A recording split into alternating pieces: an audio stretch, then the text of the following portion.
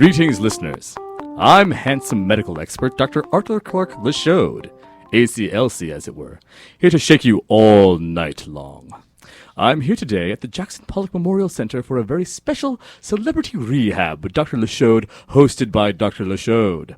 Please welcome my friend, musical expert and out-and-out booze hound, the host of Granola Park Radio's Instrumentals, Reginald Kingsport. Yes, greetings, good doctor.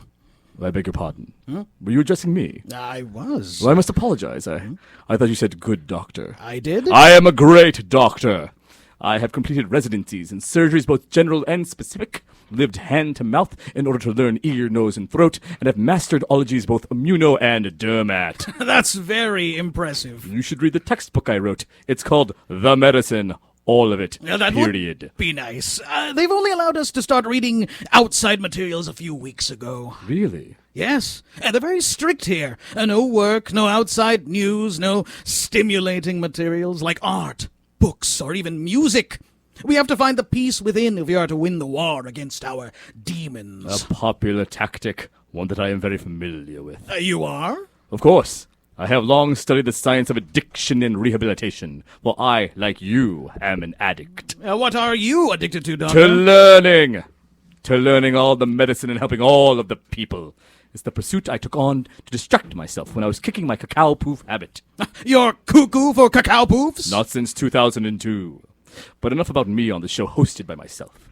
Tell me, when did you first fall under the spell of regret fuel? Well, that's the thing. I never realized I was under any sort of spell at all. Don't know if I was drawn to the drams due to my dependency on the drink. Well, now that you've had time for some serious introspection, can you tell me of a time where you hit rock bottom? Doctor, this is hard to discuss on the air with you. Well, go ahead, Reginald. You're in good hands. I was top of my class in bedside manner. Do you remember the non-denominational winter mirth and bacchanalia gathering you hosted last year, Doctor? How could I forget? I was celebrating the opening of my 4th outpatient bunion and boils removal clinic. Yes, you told us. I had just lost first chair cello in the Granola Park Chamber Orchestra to local starlet Dizzy Pull-Ups. I was heartbroken. My leadership in the cello section was my one true love.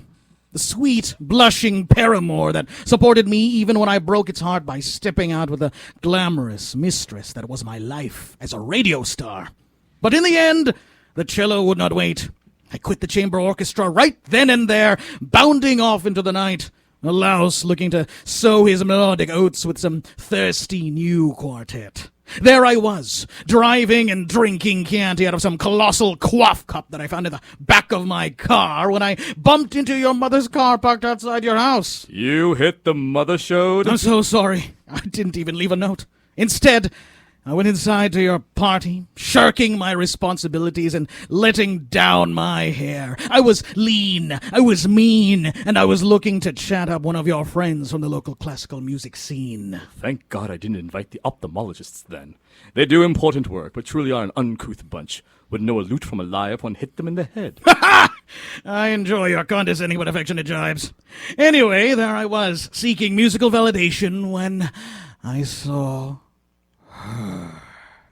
Who? Who else?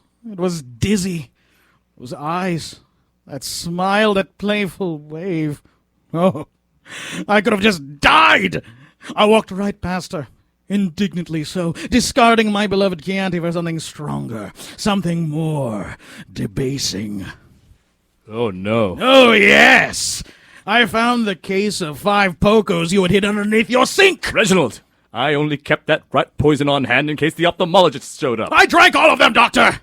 I became possessed of a strength, the likes of which I had never felt before. I felt raw, primitive, unrestrainable. Uh-oh. I dashed out your door, stripping off my garments, leaving a trail of driving boots, cashmere socks, velvet capris, blazers both inner and outer, scarves, ascots, bolo ties, a see-through French egg white chemise, and my jockey shorts.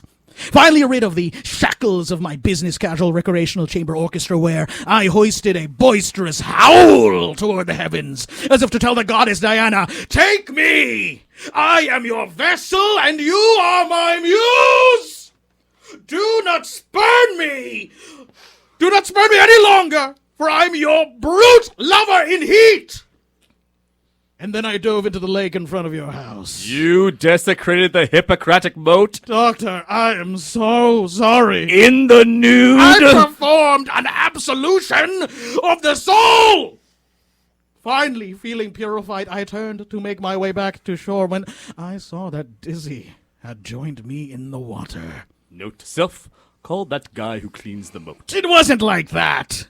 She was kind, understanding, submerged in water and holding me close as tears streamed down my face. She said, "Reginald, dear, sweet, charming, mysteriously seductive Reginald, you may need to get help."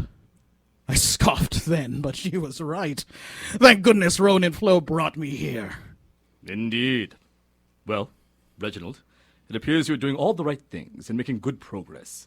Your recent on-air reunion with your father appears to have been a particularly positive step. Yes. Papa and his kombucha brew have proven to be just what the doctor ordered. Let's leave determining what the doctor ordered to me, shall we?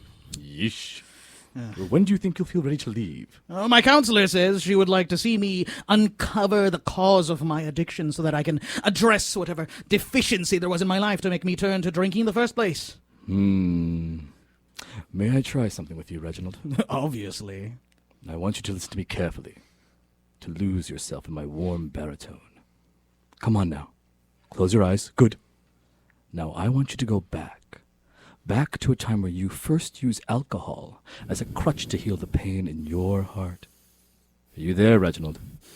Why, yes. Yes, I am. Good, I am too. What? How did you get into my buried memory? I'll ask the questions here, Kingsport.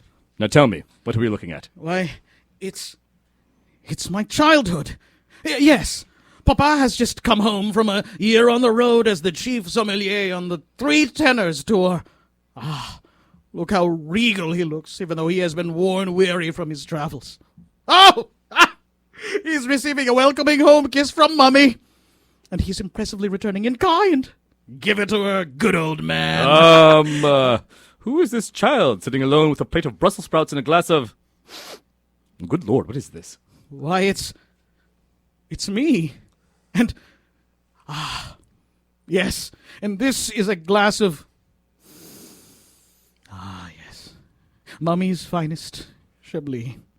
Only the best for my birthday. It's your birthday? Yes. My home was full of wonderful birthday traditions. Mummy would create a masterful, multi-course tasting dinner. First, an aperitif, then Chablis, then veggies, then red wine, then either the Cornish game hen, rainbow trout, or veal on a bed of microgreens, then Chianti, then brandy, then dessert, and then port. The hugs and kisses, and then Mummy and Daddy would have the adults-only celebration. How old are you here? By the date of the bottle of Chablis, I'd say 6. What? Shh. Mummy, Papa, haha, I want a hug and a kiss too. Reginald, darling, Mummy and Papa haven't seen each other in a year, and they need to run upstairs to talk about what a wonderful boy you've been. For roughly 8 to 10 minutes, max. Happy birthday, old chap. He's already halfway up the stairs. I just wanted a hug from my papa on my birthday. Now, Reginald, you'll get plenty of hugs and kisses from Mummy and Papa once you've finished your Chablis. We'll be right back. But I've already finished my Chablis, Mummy. I'd like to move on to the Chianti. Oh, please, Mummy. Now, Reginald. Oh, now, dear, it's his birthday. I think we can break open someone's 6th birthday present. He's just wearing a monocle and a cummerbund. Am I the only person who has a problem with this? Classic Papa. Daddy, it's a bottle of Chianti. Of course. How's my young man going to start entertaining if he doesn't have a Chianti collection of his very own? Happy birthday, my boy. See? You were a regular family. You were having 4 different drinks at dinner before you were 6 years old. I'd say this was the beginning of your drinking problem, but whatever. This is your journey. I relate drinking with my happy memories with loved ones, which is why I'm mistakenly using alcohol to replace the camaraderie and warmth I felt with friends and family. I suppose this also explains my propensity to replace emotional intimacy with totally detached physical flings. Not that it's a bad thing. The dizzy pull-ups of the world sure seem to appreciate that. You said it wasn't like that. It wasn't at first, but she is a beautiful musician, and I am Reginald Kingsport. I was bound to happen. It just didn't happen in your moat. Thank goodness. It happened after we drove off in your bedroom. Note to self. Find a new home. Write thank you card to the moat guy for his years of service. I feel much better now, Doctor. Thank you for your guidance in helping me identify the causes of my addiction. Don't thank me. Thank yourself. No, wait. That's ridiculous. You should definitely thank me. Well, in any case, this has been Celebrity Rehab with Dr. LeShoad, hosted by Dr. LeShoad. We'll be back next week, where I will cure Doofus and the Toad of their addiction to the Fast and Furious movies. One could say it would be fully showed. Until then, this is Dr. LeShoad telling you, don't eat that. It's probably not good for you.